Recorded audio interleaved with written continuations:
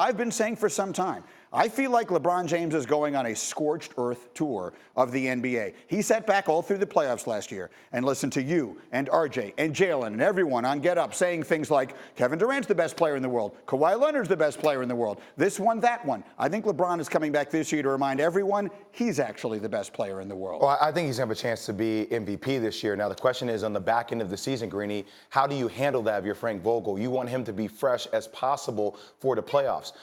A big person that nobody talks about in this team is Kyle Kuzma. I mean, you not only have Anthony Davis and LeBron James, but Kyle Kuzma is another guy that we've seen him score at high clips.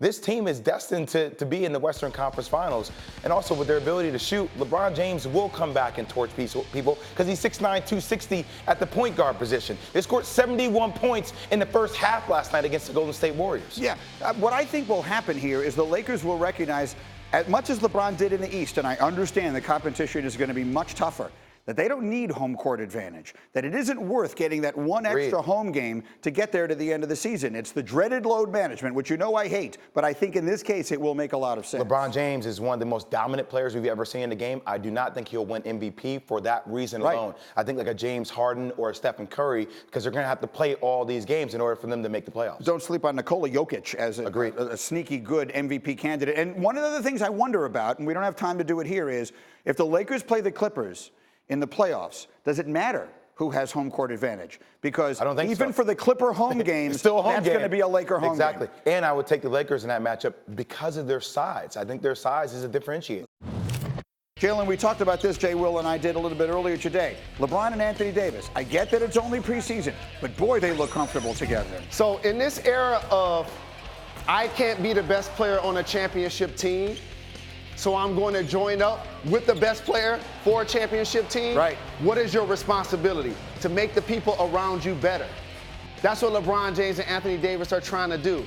Give up good shots to get great shots, compete defensively, but yet pass the basketball offensively and make everybody else efficient. Greeny, can you imagine this? It's been 207 days since LeBron has played a meaningful basketball game. Yeah. 207 days. He hasn't gotten that rest since he was probably 10 years old. Like, that's the kind of rejuvenation you're going to get with LeBron this season. How does that then play into the notion of load management and all of that? People will say, well, he got all of his rest. That doesn't mean they won't get him rest during the season. So, Green Mamba, you're going to love this. While the Clippers and the Lakers, in my opinion, have the two best teams in the Western Conference, they likely won't meet in the Western Conference Finals. Right. Because of load management.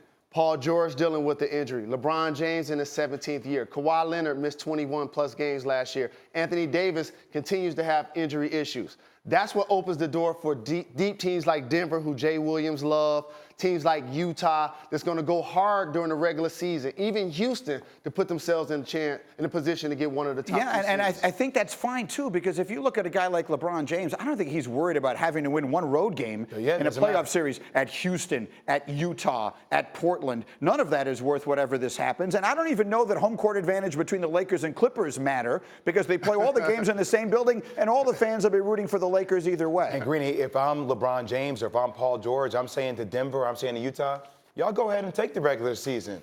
Y'all could have that. Like, we're focused on trying to win chips, and that comes with playoff. But here's Utah and Denver's motivation.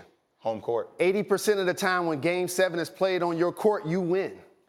So it's imperative for those teams to go for it because they don't have that level of championship pedigree like LeBron James. Thanks for watching ESPN on YouTube. For more sports, highlights, and analysis, be sure to download the ESPN app. And for live streaming sports and premium content, subscribe to ESPN Plus right now.